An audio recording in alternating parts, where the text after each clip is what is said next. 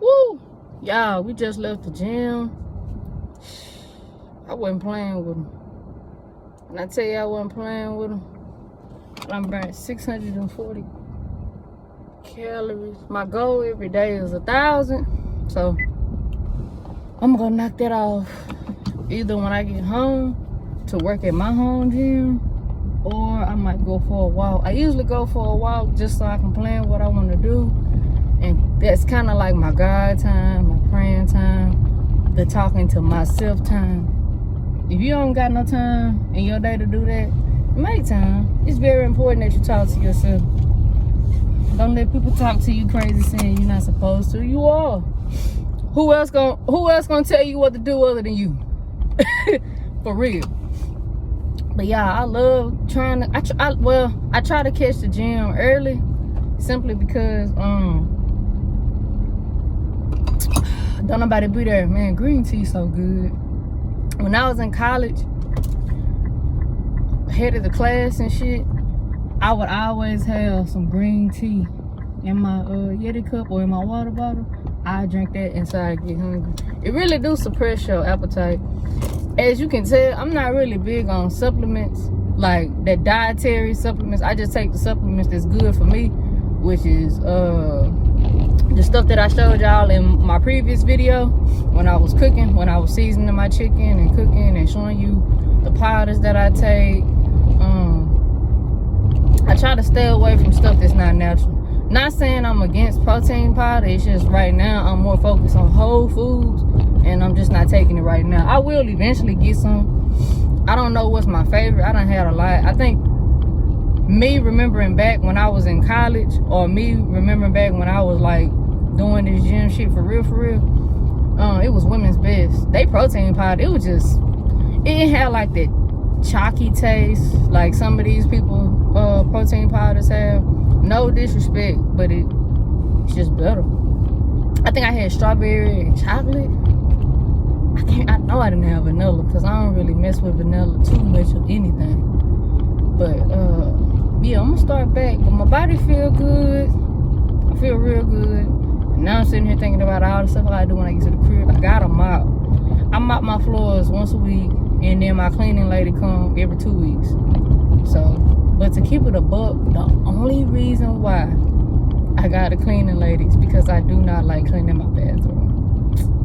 Not to say it's dirty, it's just something about putting my hand in the toilet just don't ease my mind like it should. Like I do not like cleaning my bathroom at all. Like at all. That is why I pay this woman what I pay her. And she do a great job. She cleaned up my whole house. She do my microwave. She do my ceiling fan. She do my lamps. She even wash my bed sheets and make my bed. She come every 2 weeks. Either she come on Friday or she come on Saturday. Because through the week I tell her I'm busy. You know, I'm working from home on the computer and shit like that.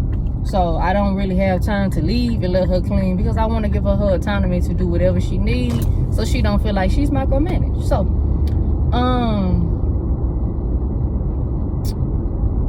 these cars be driving crazy. Baby, like me in Dallas, how you cutting me out? I'm going 35, you going like 67 in a 25. What? School's on. But anyway,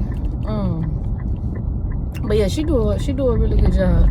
She cleans very well, and she's worth it. I would recommend everybody that can afford to get cleaners. I promise you, it will make your day easier.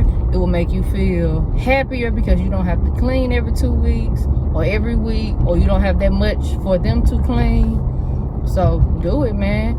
And to be honest, it's not that expensive. When I first got started, I had an older Hispanic woman.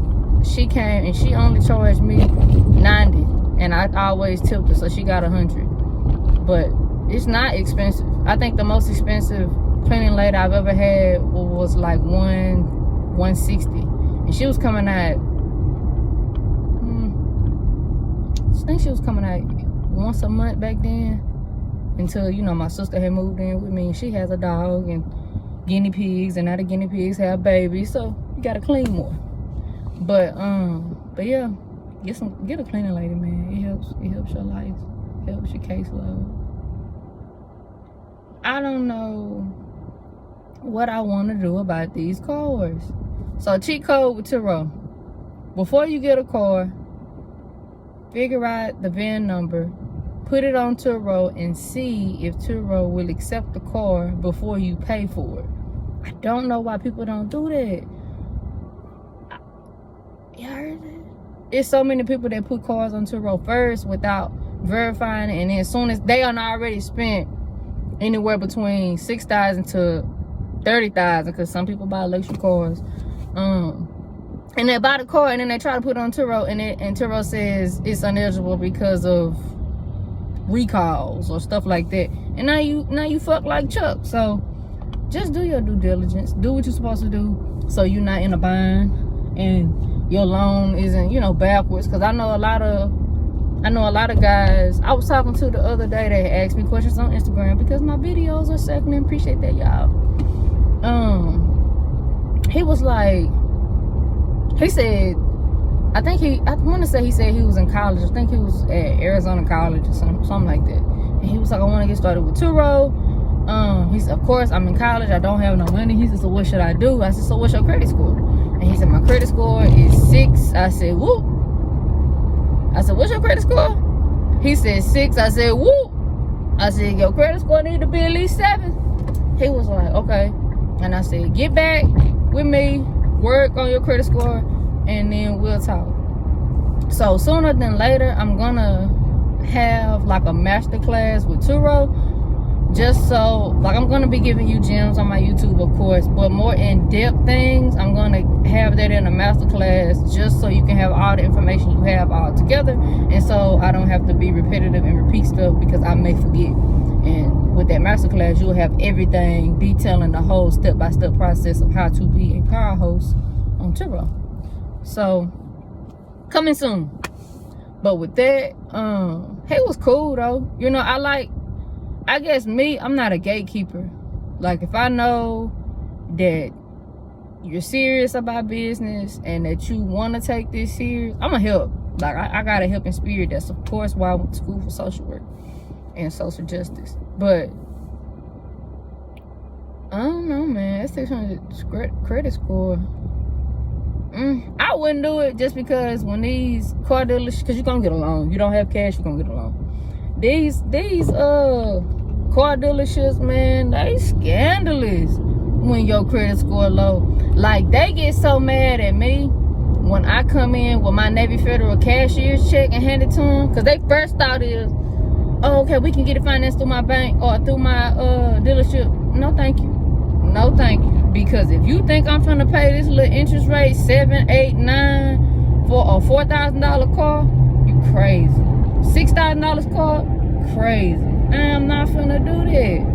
So you just gotta think smart about what you want to do and how you want to do it, how you want your business to move. Everybody want to get into road and get, you know, 5 cars first year. That's cool. I understand that, but you gotta know the game first before you jump in. You know, start off with 1 car or 2 cars. Me personally, I would suggest starting off with 2 cars the first year, because if you start off with more than 2 cars and this is a new business, you're gonna get overwhelmed. You don't know what to expect. You're gonna get your first wreck, you're gonna get your first scratch, you're gonna get your first incident or claim, and you ain't gonna know what to do. So if you start off with 1 or 2, then those are your 2 practice dummies, and you know what to expect as you add more to your fleet. So that's what I did, and that's what I plan on doing. My first year, y'all, I was so green.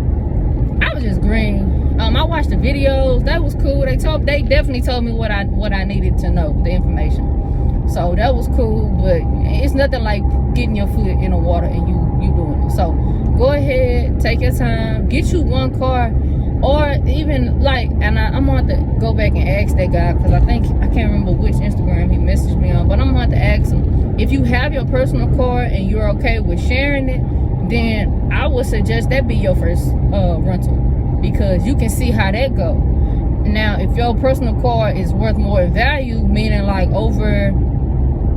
if you trade it in and you're gonna get at least $10,000 and up, then I wouldn't suggest you putting it on a 90% plan. I would suggest you do the 80 or 85, just so your deductible is $250 to $750. You see what I'm saying? So with that, that's what I would do. So y'all personal cars, that's a Lexus, a Infinity, a BMW, a Range Rover, any type of foreign, some certain Toyotas, any type of foreign car or luxury car, put it on there and see how it's gonna go. I mean, sometimes you really don't have to buy. Like sometimes wow, it's a fire. Sometimes you don't have to buy nothing. Sometimes the ideal is in front of you and you just don't see it, and you need somebody to kind of point it out and let you know, there it is. Use that. Go from there and you'll get started. So that's my suggestion. That's what I would do. That's what I did. And then I was like, okay, bet. So take your time. Man, I think this strip club on fire, y'all. What in the world? Y'all ever heard of baby dolls? Baby, some stripper got mad because somebody didn't tip him good and burnt that bitch to the ground. Whoa. But look here, y'all. I'm finna pull up to the crib. I'm at 647 calories, so I gotta hit my little gym up, and we'll touch back in a bit. Appreciate y'all for subscribing, liking. Please share, please subscribe, send it to a friend, and we will tune in for the next episode. Peace.